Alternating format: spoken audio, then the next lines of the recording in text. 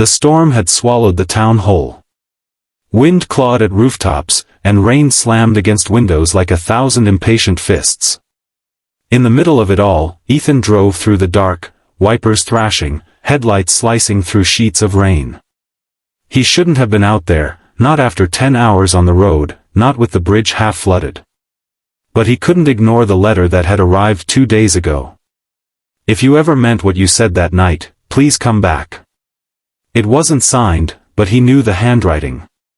He'd have recognized it anywhere, the neat, looping script of Clara Whitman, the woman who had once saved him when he didn't think he was worth saving at all. When he reached the old house at the edge of town, his hands trembled as he stepped out of the car. The place looked smaller than he remembered, half buried in the storm, its paint peeled, its windows clouded with time. He hesitated at the porch. The wind howled through the trees like a warning. He knocked once. No answer. Then the door opened, just a crack at first, then wider, and there she was. Clara, in a faded sweater and worn slippers, her silver hair pulled back in the same messy knot she'd worn the day he'd left. She didn't speak right away. Her eyes widened, her lips parted, then, softly, like the words hurt to say, she whispered. "You really came back." The sound of her voice cracked something inside him. For years he had wondered if she'd even remember him, after everything that had happened, after the night he'd vanished without saying goodbye. "I got your letter," he said, rain dripping from his hair. "I came as soon as I could." Inside, the house smelled of cinnamon and old wood. The same crooked lamp sat in the corner. The same quilt hung over the couch, the one she'd stitched herself, back when he'd lived here as a scared, angry 17-year-old with nowhere else to go. She'd taken him in after finding him behind the diner, bruised and hungry, stealing from the dumpster. No questions, no lectures, just kindness. Everyone deserves a warm meal and a second chance, she'd told him. And she'd meant it. He'd stayed almost a year, long enough to finish school, to get his first job, to start believing maybe he wasn't destined to fail like his father. Then one night, his old life had caught up with him, a fight, a broken window, a police car. He'd fled town before dawn, too ashamed to face her.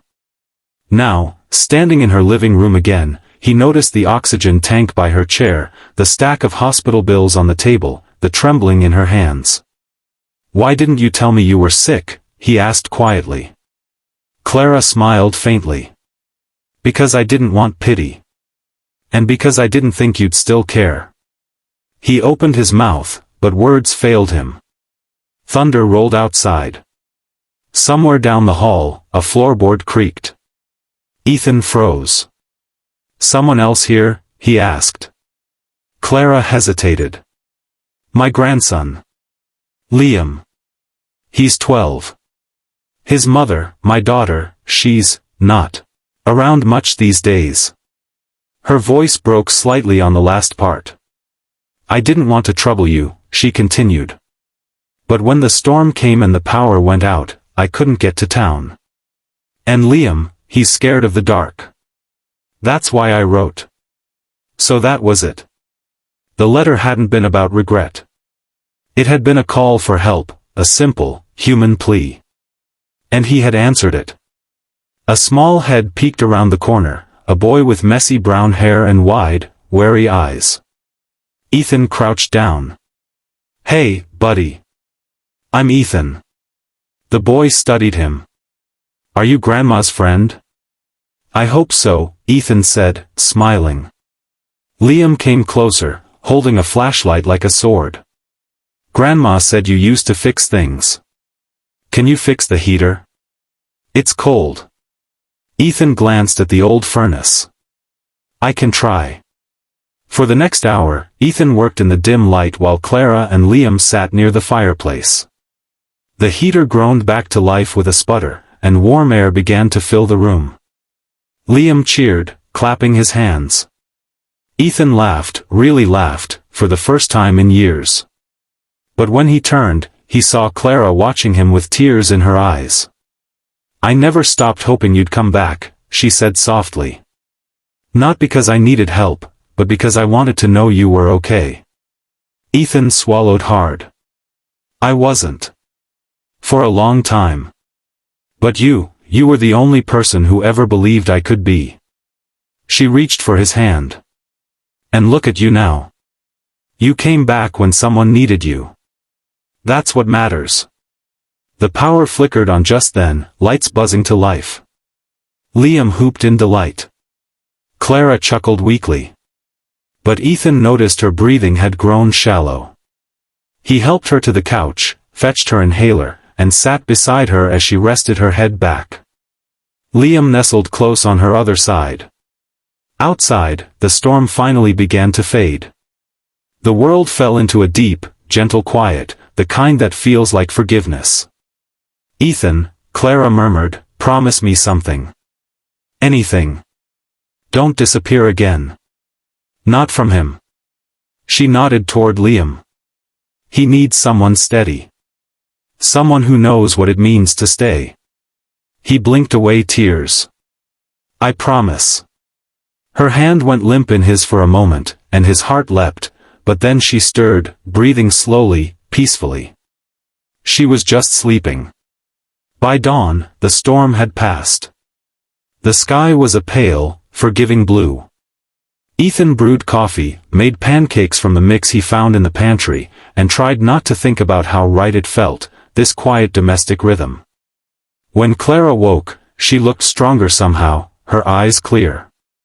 You made breakfast, she said, surprised. He grinned. Old habits. Liam proudly pointed at the table. He even fixed the leaky faucet, Grandma. Clara laughed, the sound warm and full. You really did come back, she said again, but this time, there was no disbelief in her voice. Only gratitude. Later that afternoon, as Ethan packed to head into town for supplies, he found something under a stack of old newspapers, another letter, unsent. His name was written on the envelope in Clara's careful handwriting. He opened it. Ethan. If you're reading this, it means you didn't come back. And that's all right. I just want you to know I never stopped being proud of you. The world can be cruel, but kindness, even the smallest kind, can change everything. You taught me that, just by letting me help you once. With love. Clara. Ethan's chest tightened. He folded the letter and tucked it into his jacket. Then he turned to Liam, who was watching him curiously. Hey, Ethan said, smiling softly. How'd you like to learn how to fix things? The boy's eyes lit up. Really? Really? Over the next few weeks, Ethan didn't just stay, he rebuilt. He repaired the porch, cleaned the gutters, and drove Clara to her appointments. He taught Liam how to change a tire and plant tomatoes in the backyard. Sometimes, when the boy laughed, Ethan caught a glimpse of his younger self, the kid Clara had once rescued from a parking lot and taught to believe in good again. And one evening, when the sunset painted the sky in gold, Clara looked at them from her rocking chair, eyes soft and full. This, she whispered, was worth waiting for. Ethan finally understood what she'd meant all those years ago, that kindness isn't about fixing someone's life.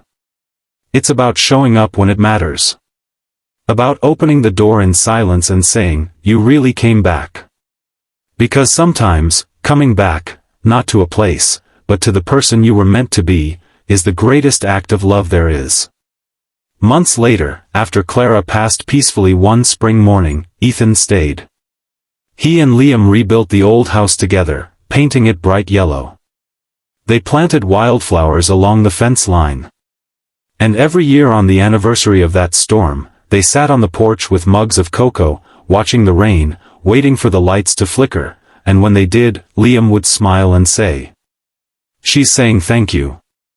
And Ethan would nod, heart full, because he knew she was. Final line. She had opened the door in silence once, but her kindness had spoken louder than any storm. And in returning, Ethan learned that sometimes, the people who save us do it simply by believing we'll come back one day.